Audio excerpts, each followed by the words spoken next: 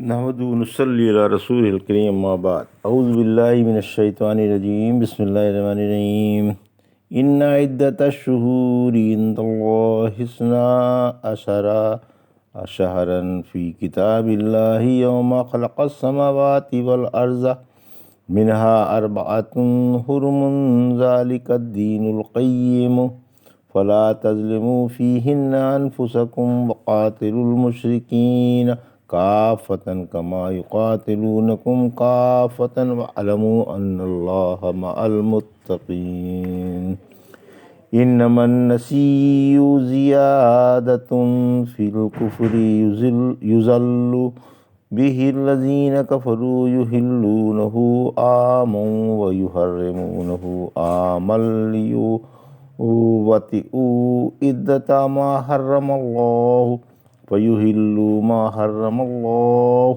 زُيِّنَ لَهُمْ سُوءُ أَعْمَالِهِمْ وَاللَّهُ لَا يَهْدِي الْقَوْمَ الْكَافِرِينَ۔ ابھی آپ نے سورہ توبہ کی آیت 36 اور 37 کی تلاوت سماعت فرمائی۔ ان آیتوں کا ترجمہ اور تفسیر اس طرح ہے: ان عدۃ الشہور عند اللہ اثنا عشر شہرا فی کتاب اللہ یوم خلق السماوات والارض منها اربعۃ حرم ذلک الدین القیم فلا تظلموا فیہن انفسکم وقاتلوا المشرکین کافۃ کما یقاتلونکم کافۃ واعلموا ان اللہ مع المتقین۔ آیت 36۔ ترجمہ: دیکھو، اللہ کی کتاب میں مہینوں کی تعداد اسی دن سے 12 ہے جس دن اس نے زمین و آسمان بنائے، جن میں سے 4 ماہ حرمت والے ہیں۔ یہی سیدھا دین ہے، لہٰذا تم ان مہینوں میں اپنے اوپر ظلم نہ کرو اور تمام مشرکوں سے لڑو جیسے وہ تم سے لڑتے رہتے ہیں۔ یقین مانو اللہ تقوی والوں کے ساتھ ہے۔ یہ تھا ترجمہ سورہ توبہ کی آیت 36 کا تفسیر۔ ایک سال میں 12 ماہ ہوتے ہیں۔ رحمت عالم صلی اللہ علیہ وسلم نے حجۃ الوداع کے موقع پر اپنے خطبے میں فرمایا: کان کھول کر سن لو، زمانہ گھوم گھام کر اپنی اسی حالت پر آ گیا ہے جس پر اللہ نے آسمان و زمین پیدا کیے تھے۔ سال میں 12 ماہ ہوتے ہیں، جن میں سے 4 ماہ حرمت والے ہیں، 3 تو لگاتار ہیں یعنی ذی قعدہ، ذی الحج اور محرم، اور چوتھا مذرقہ رجب ہے جو جمادی الثانی اور شعبان کے درمیان ہے۔ پھر آپ نے پوچھا یہ کون سا دن ہے؟ ہم بولے اللہ اور اس کا رسول صلی اللہ علیہ وسلم بھی بہتر جانتے ہیں۔ پھر آپ اتنی دیر تک چپ رہے کہ ہم نے سوچا کہ شاید آج کے دن کا آپ کوئی اور نام بتائیں گے۔ پھر فرمایا کیا یہ قربانی کا دن نہیں ہے؟ ہم بولے کیوں نہیں؟ پھر پوچھا کہ یہ کون سا مہینہ ہے؟ ہم بولے اللہ اور اس کے رسول صلی اللہ علیہ وسلم بہتر جانتے ہیں۔ پھر آپ چپ رہے حتیٰ کہ ہم نے سوچا شاید آپ اس ماہ کا کوئی نیا نام بتائیں گے۔ فرمایا کیا یہ ذی الحج نہیں ہے؟ ہم بولے ہاں ذی الحج ہی ہے۔ پھر پوچھا کہ یہ کون سا شہر ہے؟ ہم بولے اللہ اور اس کے رسول صلی اللہ علیہ وسلم بھی بہتر جانتے ہیں۔ پھر آپ اتنی دیر تک چپ رہے کہ ہم نے سوچا شاید اس شہر کا کوئی نیا نام بتایا جائے گا۔ پھر فرمایا کہ یہ شہر مکہ نہیں ہے؟ ہم بولے ہاں مکہ ہی ہے۔ فرمایا تمہاری جانیں، مال اور آبروئیں تم پر اسی طرح حرام ہیں جس طرح تمہارے اس دن کی، اس مہینے کی اور اس شہر کی حرمت ہے۔ تم اپنے رب سے ملنے والے ہو، وہ تمہارے عملوں کے بارے میں تم سے پوچھے گا۔ خبردار میرے بعد گمراہ نہ ہو جانا کہ ایک دوسرے کی گردن اڑانے لگے۔ دیکھو میں اللہ کا پیغام پہنچا چکا، میرا یہ پیغام موجود شخص غیر موجود امتی کو پہنچا دے۔ ممکن ہے جسے یہ بات سنائی جائے وہ سنانے والے سے زیادہ حافظہ والا ہو اور اسے محفوظ رکھ لے۔ حرمت والے 4 ماہ ہیں: محرم، رجب، ذی القعدہ اور ذی الحج، اور زمانہ گھوم گھام کر اپنی اصلی حالت پر آ گیا ہے۔ عہد جاہلیت میں مشرک حج کی تاریخوں میں جو کمی بیشی کر ڈالتے تھے اور اسے آگے پیچھے کر دیا کرتے تھے، وہ گھوم گھام کر اپنی اصلی حالت پر آ گئی ہے۔ آج جو مہینہ ہے واقعی وہی مہینہ ہے۔ جاہلیت میں بھی عرب ان مہینوں کا احترام کیا کرتے تھے اور یہ بالاتفاق سب کے نزدیک حرمت والے سمجھے جاتے تھے۔ البتہ ایک فرقہ سبل نامی 8 ماہ کی حرمت کا قائل تھا، جن میں مذکورہ بالا 4 ماہ بھی شامل تھے۔ رجب کو مضر کی طرف اس لیے منسوب کیا گیا کہ یہ قبیلہ اسی مہینے کو رجب سمجھتا تھا جو جمادی الثانی اور شعبان کے درمیان ہے، اور یہی اللہ کے نزدیک رجب کا مہینہ ہے۔ قبیلہ ربیہ رمضان کو رجب کہتے تھے، اس لیے رحمت عالم صلی اللہ علیہ وسلم نے بات صاف کر دی کہ رجب مضر مراد ہے، رجب ربیہ نہیں۔ ان حرمت والے مہینوں میں 3 ماہ لگاتار ہیں تاکہ حاجی امن و سلامتی سے حج و عمرہ ادا کر سکیں۔ حج والے مہینے سے پہلے اور پیچھے ایک ماہ حرمت والا قرار دیا گیا، یعنی ذی قعدہ اور محرم، کیونکہ ذی قعدہ میں لوگ لڑائی سے باز رہتے تھے اور ذی الحج میں حج کرتے تھے، اور محرم میں سلامتی سے اپنے اپنے دور والے گھروں میں پہنچ جاتے تھے۔ درمیانی سال میں رجب کو حرمت والا اس لیے قرار دیا گیا تاکہ اس میں لوگ عمرے کی نیت سے خانہ کعبہ آئیں اور عمرہ کر کے سلامتی سے اپنے گھر واپس ہو جائیں۔ پھر فرمایا کہ سیدھی شریعت یہی ہے کہ انہی مہینوں کو حرمت والا مانا جائے تاکہ اللہ کی کتاب کی موافقت بھی ہو جائے اور اللہ کے حکم کی تعمیل بھی۔ پھر فرمایا کہ ان مہینوں میں خاص طور سے کسی کا دل نہ دکھاؤ، کیونکہ اس ظلم کا وبال تمہیں پر پڑے گا۔ ان مہینوں میں گناہ سنگین بن جاتا ہے، جیسے حرمت والے شہر میں گناہ کئی گنا بڑھ جاتا ہے۔ سورہ حج کی آیت 25 میں فرمایا، جو شخص مکے میں کسی پر ظلم کرے، بے دینی کا ارادہ کرے، ہم اسے دردناک عذاب چکھا دیں گے۔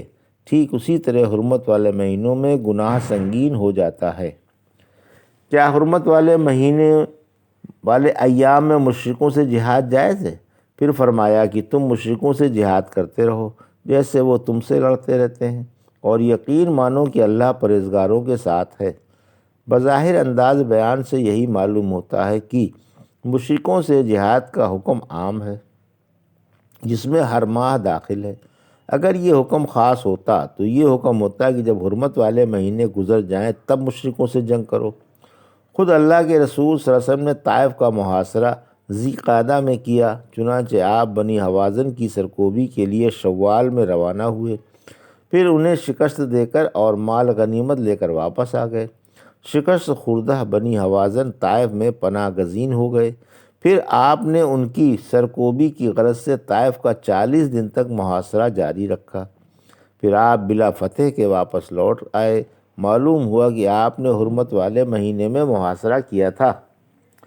پھر فرمایا، ان کی طرح تم بھی تمام مشرکوں سے لڑو۔ ممکن ہے کہ یہ ایک نیا حکم ہو اور اس کا اوپر سے کوئی تعلق نہ ہو، اور اس سے مسلمانوں کو مشرکوں پر ابھارا گیا ہو کہ جیسے وہ اپنے ٹڈی دل لشکر لے کر تم پر آ چڑھتے ہیں، اسی طرح تم بھی اپنی جماعت لے کر ان پر ٹوٹ پڑو۔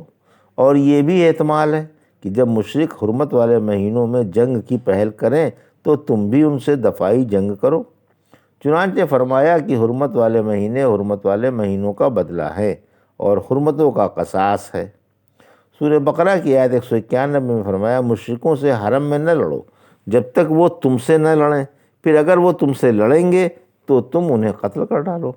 طائف کے محاصرے کا یہی جواب ہے کہ پہل دشمن نے کی تھی، اور یہ لڑائی بنی حوازن اور ان کے حلیف بنی ثقیف کی لڑائی کا تتمہ تھی۔